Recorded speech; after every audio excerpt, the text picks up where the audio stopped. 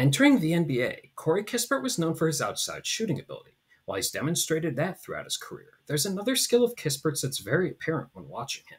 That's his movement without the ball. I'm going to take a deeper dive into this part of his game to show how it creates advantages for both himself and the Wizards. This past season, Kispert made a ridiculous 64% of his two-point shot attempts, which ranked 7th in the NBA. This is usually a total you'd expect to see from a center, where the majority of their points come around the basket. Though Kispert did this while also adding some mid-range jumpers into the mix. However, the ways that he can create space when cutting or rolling to the basket is what really stood out. This possession starts with Kispert having the ball on the perimeter before passing to Kyle Kuzma, though right away, Kispert runs to set a screen on Bam Adebayo. In this case, Kispert is setting a slip screen, where a player begins to set a screen but swiftly cuts to the basket. As Kispert slips towards the basket, Adebayo is still paying some attention to Kuzma, and no other defender is in position to rotate. Kuzma makes the pass, and it leads to an easy layup for Kispert. Here's another example where Kispert starts with the ball and then goes to set the screen. Though look how fast everything develops. Kispert setting a screen for the ball handler for maybe a second before he slips to the basket. Again, this all happens so quickly that by the time he's rolling to the basket or gets the ball, there's nobody there to alter the shot, and Kispert gets an easy layup.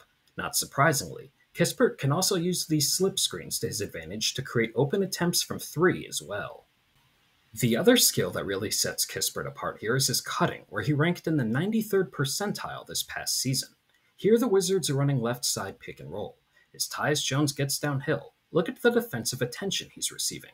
He has 2 defenders on him, and 4 watching him handle the ball. Though look at Kispert from the right wing start cutting toward the paint. His anticipation is rewarded, as Jones finds him and it leads to a layup. Here the Wizards have Landry Shamet in high pick and roll, though right as he turns the corner around the screen, look at Kispert. He's already starting the cut from the right wing. If you notice, LaMelo Ball isn't really anticipating this, and the only defender in position to rotate is Ish Smith, who at his size isn't much of a threat around the rim. Kispert capitalizes, and he makes the layup through contact, drawing the foul. The Wizards again here are running pick and roll, and initially it looks like it sets up very well for pick and pop. Though look at Kispert on the left wing the moment the screener catches the ball. He's already running towards the basket, and a few Bucks defenders are rotating to the potential shooter. Kispert gets the ball as he's going downhill, and does a nice job finishing the layup around Chris Middleton. Kispert's movement playing off the ball can also create advantages for teammates. Deni Avdija starts this possession in pick and roll, and after the initial screener, Kispert sets a quick go screen to slip out onto the perimeter. Though now he puts the ball on the floor. As Kispert gets into the paint, you can now see 4 Hawks defenders surrounding him. He realizes this and drops it off to an open Patrick Baldwin Jr., who finishes a dunk through contact. Here the Wizards are running right side pick and roll, and as Jared Butler gets downhill, you can see Kispert on the left wing.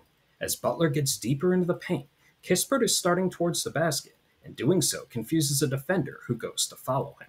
This gives Butler just enough time to find a teammate in the corner for a wide-open 3. Kispert might not receive a ton of individual accolades, but his ability to move without the ball on top of his three-point shooting is very valuable to any offense. It also gives opponents a lot to think about, as Kispert's a threat to put the ball on the floor and create for himself or others doing so.